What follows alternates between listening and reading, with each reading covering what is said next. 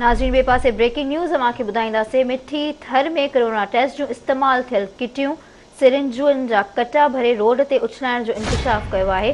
Corona पखिड़जण जो ख़तरो आहे। अस्पताल में कोरोना टेस्ट लाइ इस्तेमाल कयल किटियूं सिरिंज ऐं पर्चूं अणॼातल माण्हुनि साण बदिरां चेल्हा रोड जे पासनि खां उछलाए विया आहिनि। अव्हांखे अपडेट कंदा हलूं। ब्रेकिंग न्यूज़ आहे त थर में कोरोना टेस्ट जूं इस्तेमाल थियल किटूं ऐं सिरिंजूं कटा भरे रोड ते उछलाइण जो इंकशाफ थियो आहे। कोरोना पखिड़जण जो ख़तरो वधी वियो आहे। अस्पताल में कोरोना टेस्ट लाइ इस्तेमाल कयल किटूं सिरिंज ऐं पर्चूं अणॼातल माण्हू साण बदिरां चिल्हा रोड जे पासनि खां उछलाए विया आहिनि। अव्हांखे अपडेट कंदा हलूं। अहम ख़बर आहे त उछलायल किटूं ऐं सिरिंज थर फाउंडेशन जूं आहिनि।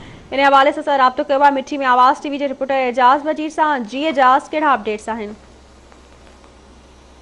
जी बिल्कुल, ही थरपारकर जिले के हेडक्वार्टर आहे शहर मिठी के भरिसां चेलार रोड जेको आहे उन रोड ते मुद्दे जेको कोरोना वायरस में जेका टेस्ट थींदी आहे उन टेस्ट जा इस्तेमाल कयल इंजेक्शन ऐं उनखां अलावा जेके सिंपल आहिनि उहे ऐं उनखां अलावा मुख़्तलिफ़ दवाऊं जेके आहिनि उहे रस्ते ते ॿिन्ही पासनि खां उछलायल मिलियूं आहिनि। उहे तव्हांखे ॿुधायां थो पिए थर फाउंडेशन जी जेका आहे उहा पर्चूं मूंखां मिलियूं आहिनि। छाकाणि थर फाउंडेशन जेका नेग्रोकोल माइनिंग कंपनी तो समाजी जेका फाउंडेशन तयारु कयल आहे फाउंडेशन जो तव्हांखे ॿुधायां त उन पारां इंडस अस्पताल जेके आहिनि उनजा सिरिंज उनखां मुख़्तलिफ़ किट्स मुख़्तलिफ़ दवाऊं जेके आहिनि उहे उछलायल मिलियूं आहिनि। उते तव्हांखे ॿुधायां त DSO थरपारकर डॉक्टर गोवर्धन कुमार ऐं उनखां अलावा DSP मिठी रशीदार उन वाक़िया ते तव्हांखे ॿुधायां त पेटी उन सॼे जेके उछलायल जेके दवाऊं हुयूं ऐं किट्स जेके हुयूं उनजो जेको तव्हांखे ॿुधायां जाइज़ो वरितो आहे त ख़दशो ज़ाहिर थो करे वञे। छाकाणि ही कोरोना जी जेका टेस्ट थींदी आहे उन टेस्ट जो इस्तेमाल कयल इंजेक्शन ऐं उनखां अलावा जेके सिंपल ऐं किट्स जेके आहिनि उहे उछलाई में छाकाणि कोरोना फैलजण जो ख़दशो जेको आहे